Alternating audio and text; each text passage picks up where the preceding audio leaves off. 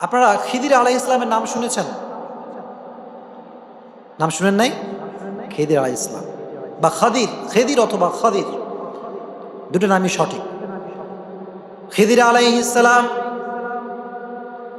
ওনার কাছে একজন যুবক আসলো, এসে বলল, হুজুর, কয়েকটা বছর থেকে আপনাকে আমি খোঁজ করে যাচ্ছি, শহরের পরে শহর, গ্রামের পরে গ্রাম আপনাকে আমি খুঁজে বেড়াচ্ছি, কিন্তু আপনাকে আমি খুঁজেই পাচ্ছি না। খিদির আলাইহিস সালাম বললেন, তাই? তুমি আমাকে খুঁজছো, কি ব্যাপার, কারণটা কি? বলল, হুজুর, আপনাকে আমি অনেক দিন ধরে খুঁজছি, শুধু একটা উদ্দেশ্য আমার। উদ্দেশ্যটা হচ্ছে এই যে আপনি আমার জন্য একটু দোয়া করবেন যে আল্লাহ যেন আমাকে পৃথিবীতে সুখী করে, পৃথিবীতে যেন কোনো আমার লাইফে টেনশন না থাকে। অর্থাৎ আমি এমন একটা জীবন চাই যে জীবনে there is no tension, there is no mental instability, there is no sadness, there is no mentally depression. আমি এমন একটা লাইফ চাই যেখানে দুঃখের কোনো নিশানা থাকবে না, যেখানে অসুখের কোনো নিশানা থাকবে না। সেটা হবে সুখময় লাইফ, যে লাইফে কোনো কষ্ট নাই। খিদির আলাইহিস সালাম এবার চুপ হয়ে গেলেন।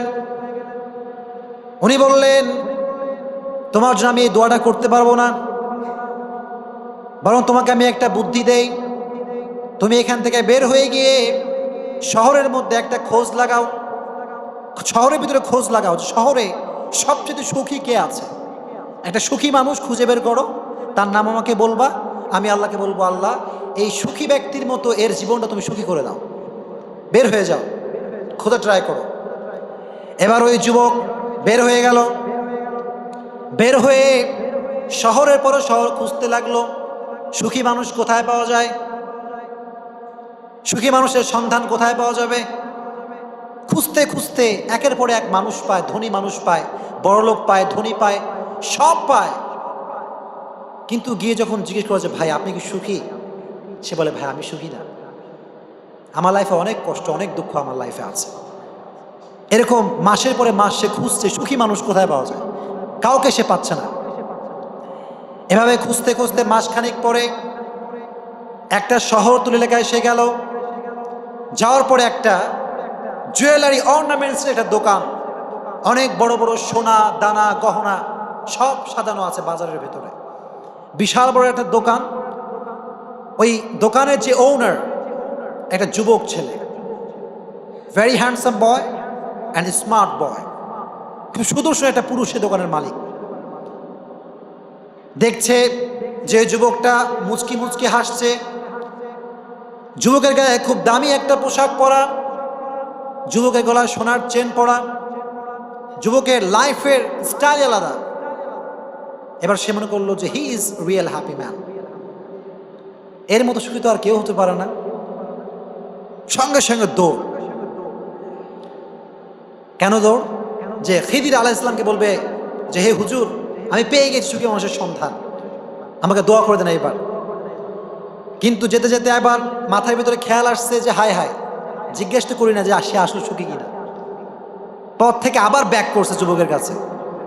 এবার ওই জুয়েলারি অর্নামেন্টসের দোকানের কাছে এসে বলছে, ভাই আপনার সঙ্গে আমার কিছু কথা আছে। বলো, বলো কি কথা বলো। বলছে, ভাই আপনি এত সুন্দর দেখতে, আপনি your smart boy, your handsome boy, আপনার মতো এত সুদর্শন পুরুষ তো আমি দেখি নাই, এত সুন্দর চেহারা, এত সুন্দর জামা, আপনার যে দোকান, আপনি তো কোটি কোটি টাকার মালিক, আপনার জীবনে কি কোনো দুঃখ আছে ভাই? যুবক বলছে, ভাই আমার মতো দুঃখী এই পৃথিবীতে কেউ নাই, আমি হচ্ছি পৃথিবীর সবচাইতে দুঃখী মানুষ, আমার মতো অসুখে আর এই দুঃখে আর কষ্টে পৃথিবীতে কেউ নাই। এবার ওই যুবক বলছে, ভাই আপনার দুঃখ কি আমাকে একটু বলেন, আপনার দুঃখ আমি জানতে চাই, এটা আমার জন্য খুবই জরুরি জানা। এবার ওই যুবক বলছে, না, this is private issue, this is secret matter, এটা আমি কারোর সাথে শেয়ার করতে পারবো না, এটা একটা ব্যক্তিগত বিষয়। এবার ওই যুবক তো মানে না, নাসরবান্দা বলে, না ভাই বলতেই হবে। কিসের আপনার দুঃখ? এত সুন্দর আপনার জুয়েলারি অর্নামেন্টসের দোকান, কি সুন্দর আপনার চেহারা, কি সুন্দর আপনার জামা কাপড়, স্টেটাস, আপনার dress up, get up, everything is okay. So why are you so sad? দুঃখ কি আপনার? বুঝলাম না তো কিছু। এবার এই যুবকের পীড়াপিড়ি দেখে বলছে, তুমি শুনবা? বলছে, হ্যাঁ শুনবো, আমাকে বলতেই হবে আপনার দুঃখটা আসলে কি, আমাকে জানতেই হবে। What is the sadness of your life? দুঃখের কারণটা কি? কি দুঃখ তো আপনার লাইফে, কি দুঃখ? এবার ওই যুবক বলছে, ভাই তাহলে শোনো, এই শহরের ভেতরে আমার চেয়ে ধনী ব্যক্তি কেউ নাই, আমার মতো টাকাওয়ালা ব্যক্তি পৃথিবীতে কেউ নাই। বর্তমান সময়ে আমি একজন বিশাল বড় ধনী মানুষ, আমার টাকা পয়সা প্রাচুর্যের অভাব নাই। এই যে মার্কেটে যে দোকান মধ্যে সব দোকান আমার, এই দোকানটাও আমার। আই এম রিচ ম্যান, আমি অনেক বড় ধনী। কিন্তু দুঃখের বিষয় হচ্ছে, আমি একটা সুন্দরী মেয়েকে বিয়ে করেছিলাম, অসাধারণ দেখতে আমার ওয়াইফ, এত সুন্দর, অসাধারণ, মেঘে কালো কেশ, কাজল কালো চুল।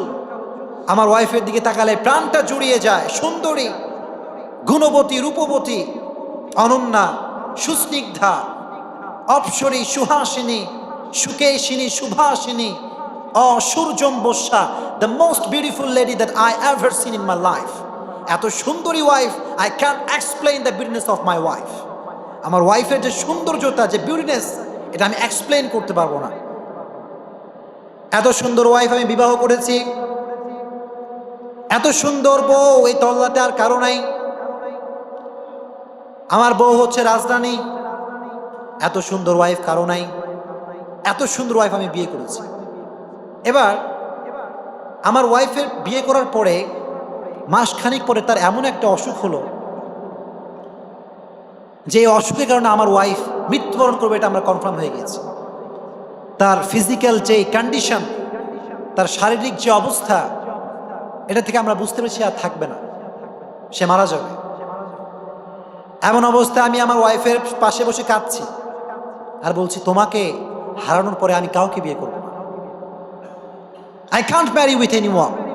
আমি কাউকে বিয়ে করতেই পারি না। আমার লাইফের ফার্স্ট লাভ, আমার লাইফের প্রথম ভালোবাসা তুমি। তোমাকে ছাড়া আমি কাউকে বিয়ে করার কথা কল্পনাই করতে পারি না। এবার তার বউ বলছে, মিথ্যা কথা। It's emotional dialogue. আবেগী কথা কাজ হবে না।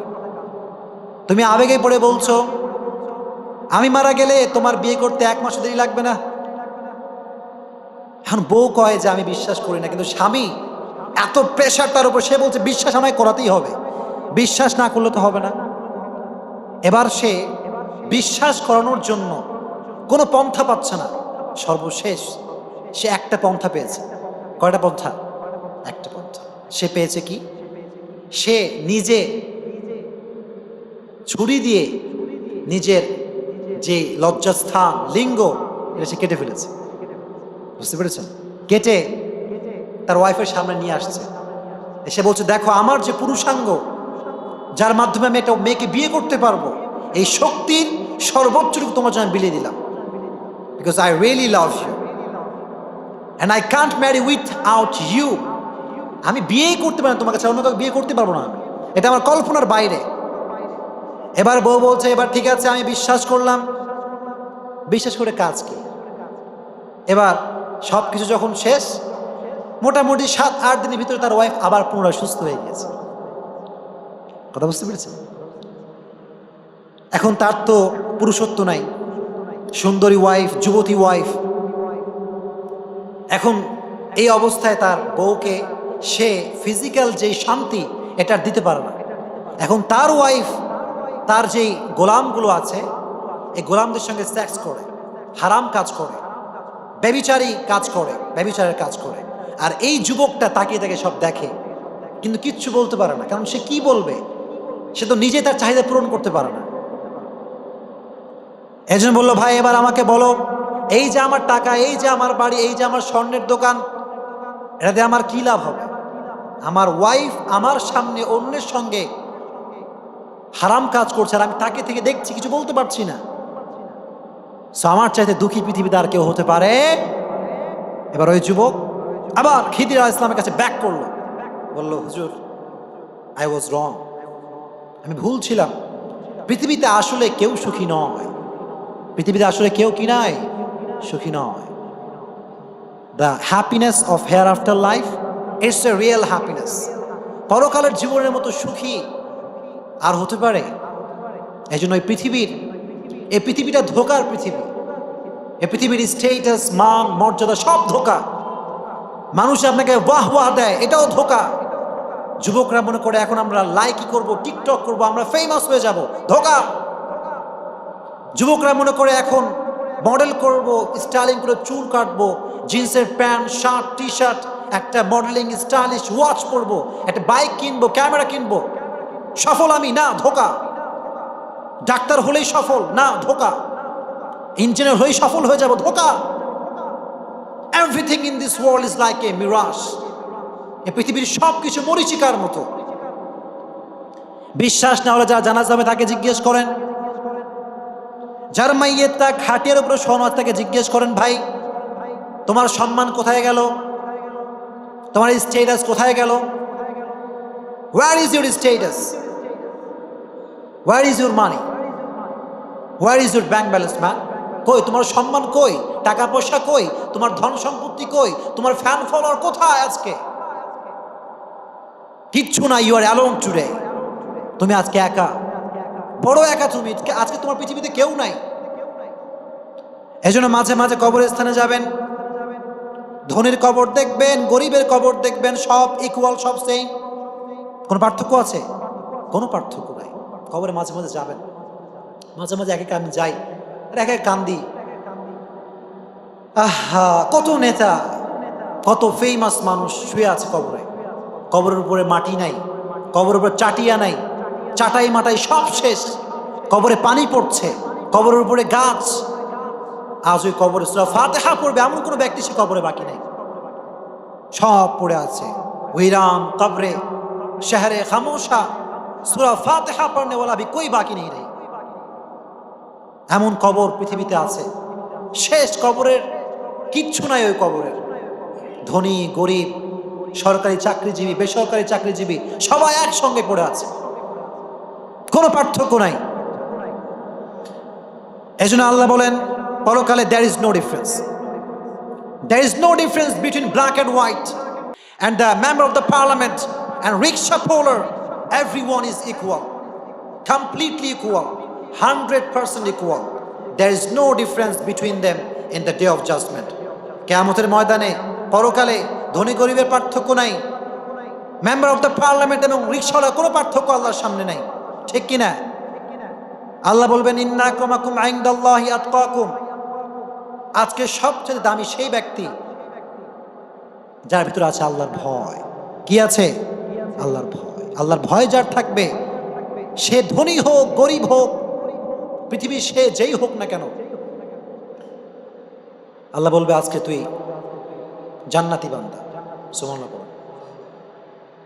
Member of the parliament, president, prime minister, there is no difference, কোনো পার্থক্য নাই।